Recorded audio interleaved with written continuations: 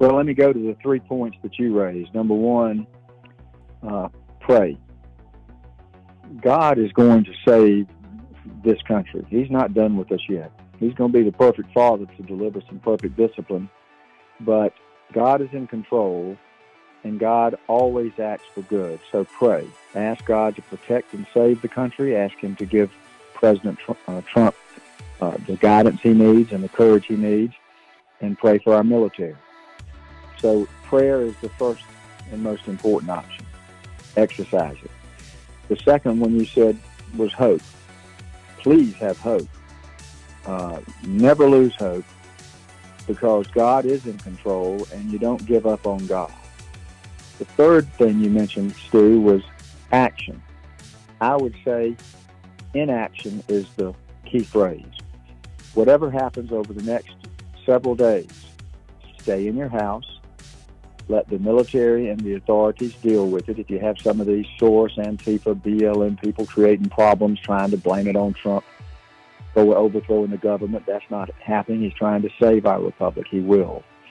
So stay inside and make sure you're ready to hunker down maybe for 10 or 14 days. Get food, water, flashlight, batteries, radio. I don't know exactly what will happen, but it's better to be prepared than not be prepared.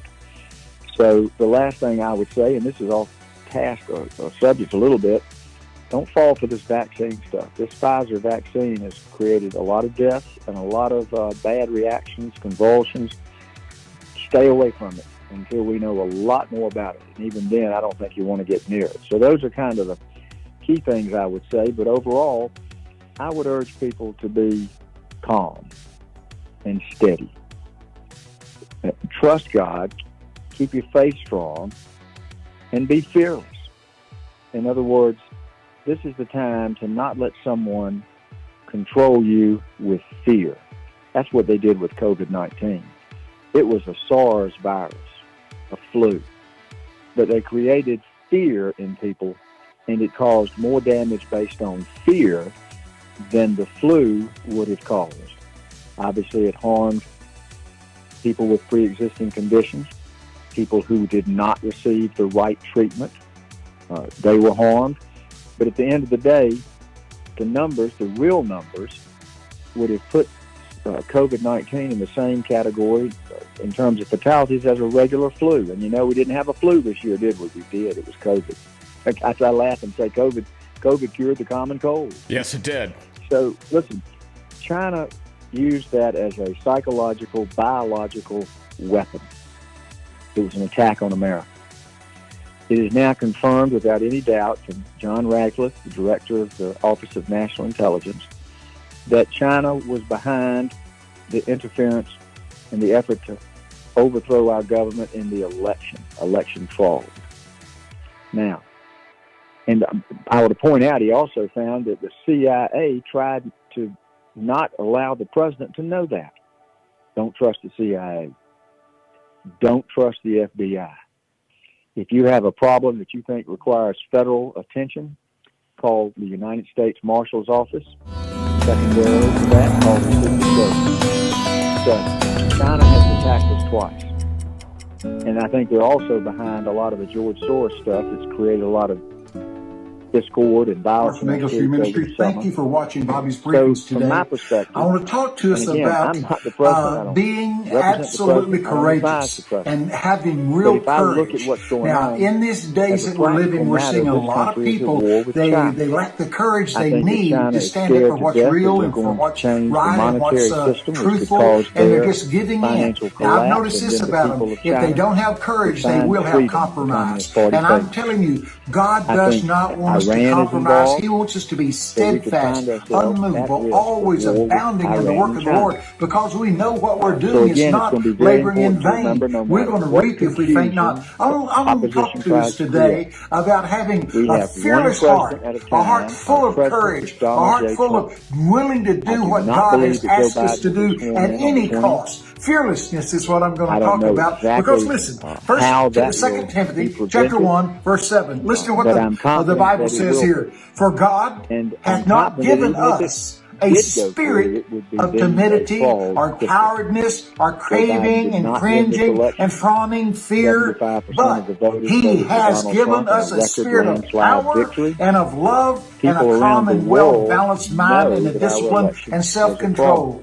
God didn't give us a spirit of fear. So look, if there's a spirit, we need to understand how to reject it, how to move away from it. The spirit of fear. We don't have anything to do with the spirit of fear. God wants us to be bold and brave and very courageous. He wants us to not fall prey to the enemy. So this is Bobby Connor, Eagles View Ministry. I'm encouraging us now to stand strong, stand true, stand faithful. In just a moment, I'm going to come back and I'm going to share some things with you about having this fearless heart, a heart that'll stand up for what God wants, no matter what it looks like. You want to? Let's just go ahead and do that now. It'll be okay. You ready? Let's look at Psalms 27. Psalms 27:14 says this: wait for the Lord. Be strong and let your heart take courage. Wait, I saith on the Lord. And that means don't run ahead of Him. Don't drag behind Him. Wait on Him. Wait till He says to move. Move at His bidding. Do what He asks you to do. And that's Psalms 27:14. Wait for the Lord. Be strong and let your heart take courage. Wait for the Lord. That's where real conviction and real commitment comes from. It's from the heart, not the head. Because sometimes our head gets in the way. We try to look at what we see, but we got to have a steadfast heart. Now here's another one. You ready? We got to get there. We got to take action. We got to help out. We got to help our military because we back our military, we back our police, we back our president. However, what message would you have for those people tonight? As a lion. Oh, there's an indictment against us right there. The indictment is that our timidity is testimony to our carnality. What, Bobby?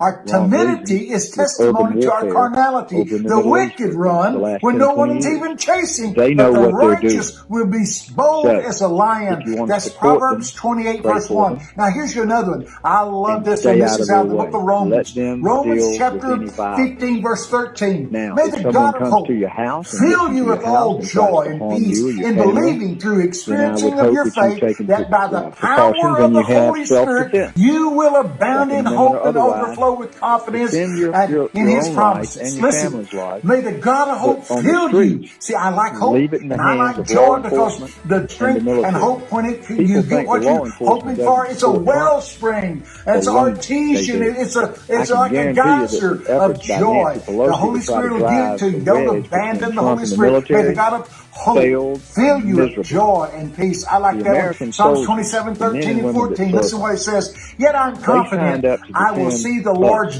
goodness while I'm here in the land of the living. Wait patiently on the Lord. Isn't that cool? I like that. Be brave and be courageous. Yes, wait patiently upon the Lord. That's what we've got to do, because the Lord is never late. He's always on time. He's always right, adequate. Ecclesiastes 3:1 said there's a time and season, a purpose for every activity of God under heaven. God doesn't miss His appointments. We may be a little late, but God is never late. He never misses His appointment. Ecclesiastes 3:1, there's a time and season and a purpose, an appointment for everything that God has in plan. Here's one, Luke 12. Verse 4. And I say to you, my friends, do not be afraid of those who kill the body, but afterwards they have no more they can do. The last enemy that is destroyed is death. Isn't that amazing? We don't have to be afraid of that, because listen, Paul said for me to live as Christ, to die as gain. Wow. Wow, that's graduation. Moving out of here, stepping into eternity. Isn't that amazing? Psalms 31. Psalms 31 verse 24. So be strong and courageous, all you who put your confidence in the Lord. Psalms 31, 24. Let's put our confidence where it's really needed, in the Lord, and let's trust in Him and find that firm foundation. Lord, boy, don't you like that? Here we go. Here we go. Joshua 10, verse 8. Say Joshua 10, verse 8. Do not be afraid of them. The Lord said to Joshua, for I have given you victory over them. Not a single one of them will be able to stand up to you. See, God says, I if you got a look little at bit the of- thing from my perspective, I've already given you the victory. You are the head and not the tail. You're above only and not beneath. Now, we're in a struggle for the very soul of our nation, but I want us to do it with confidence and boldness. Really, it is. I got a little bit of blowback, Lynn, Psalms 27, after verse our last 1. conversation, and I want to clear the air with that. The Lord God, I was Almighty God, accused of the being Son a of rude God, jerk the Lord is that my light and constantly my interrupted salvation. you. I was Whom obviously shall I seeking, fear? The Lord information. is the strength People of my life. are hanging Of onto whom the edge shall of I their be seats. afraid? They We don't really have to believe be in the feared. things that He you said, talk about. "Fear And not." so if you feel like God I was didn't rude, give I us just want a to spirit of apologize. fear. I He wasn't gave trying us to be that bold way.